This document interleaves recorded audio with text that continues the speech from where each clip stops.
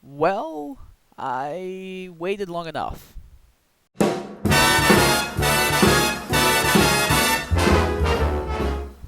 The new SAT is sweeping the nation, and in that involves an optional writing part to it. It's highly recommended, and it is the biggest change. The old format included short questions asking for a response, while the new format is a long prompt, a really long prompt, one that you might sleep and get bored of, asking for you to analyze without the use of personal elements. By the way, I'm Dylan Coyle, yes, that guy. The guy whose moves are too hot to handle, and if you touch him, you might get burned. Get ready for the SAT Essay Help video. Let's talk about the format. You have 50 minutes to write this essay, and what you have to do is write an analysis of the provided text. For example, it's how the author builds an argument to persuade.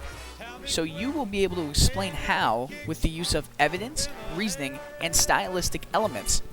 The scoring is 1 to 4 for reading, writing, and for your analysis, and there will be 2 scores rating this paper, meaning that the final scores will be combined.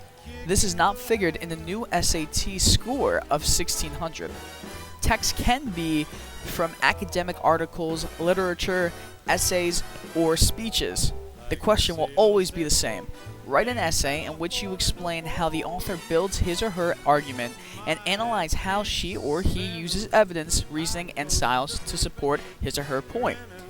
This is a much higher difficulty than before because you have to provide an analysis of how they build their argument. It's not just your own opinions anymore. Would you guys like some tips? No? Well, guess what? Number 1, plan out what your writing will be like. Or if you're like me, you're just going to go straight in blindfolded. Number 2, reread and look for evidence, reasoning, and or stylistic things in the article that you just read.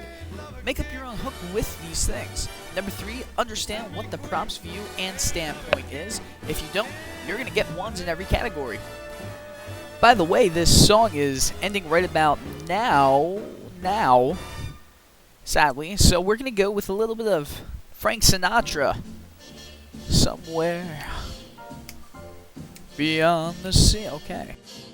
Number 4, put a bit of your style in your writing, like vocab words and transitions that actually look pretty tough. That's tough as in TUFF, and that would not fly in an actual SAT essay because that's not an actual word and that's slang. Well, I'm rambling on now. Number 5, make sure to use info that the author has put forth. The most important one, do not use any of your own reasonings to do things. It's all the author. It's all what the author has said and put forth. Now, as for actually writing it, you want to have your thesis paragraph in, along with 3 points that explain the reasoning, and a conclusion. You want it to be around 7 paragraphs. Let's look at mine that I did, that I slaved over watching a hockey game. I don't know how I found that motivation to do it while watching a hockey game, but I did it. Let's take a look at it. So I was doing one after an article called Let There Be Dark, and the first part I used was how the author used a personal experience to try and pull readers in from the beginning. He accomplished this by saying in the very beginning that the beauty of the night should be preserved. Also, this can help readers see the biasness that the article will put forth right off the bat.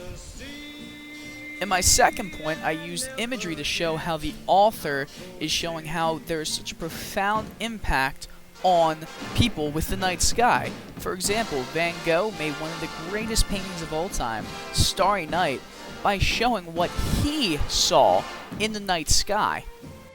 For my final point, I also included how the author uses statistics and evidence to show reasons why not only is the night sky such a great thing to look at, but also the reasons for it being so important for the survival of so many species. Well, that's it.